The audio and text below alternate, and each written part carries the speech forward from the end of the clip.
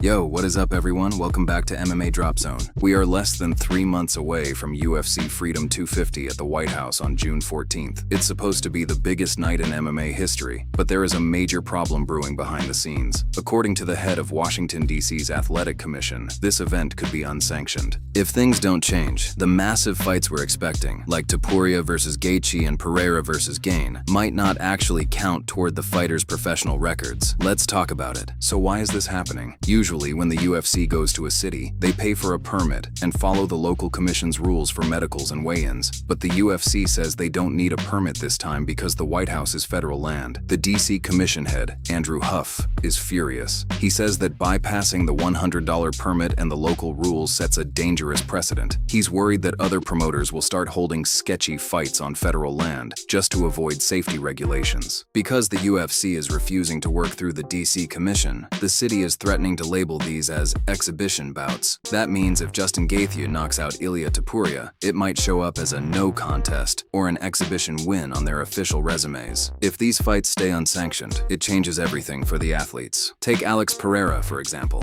He's trying to become the first ever 3-division champion by beating Cyril Gain for the interim heavyweight belt. If that fight doesn't count on his official record, does he actually become a 3-division champ in the history books? Probably not. The research shows that the UFC has done this before in places like the Middle East, where there is no local commission.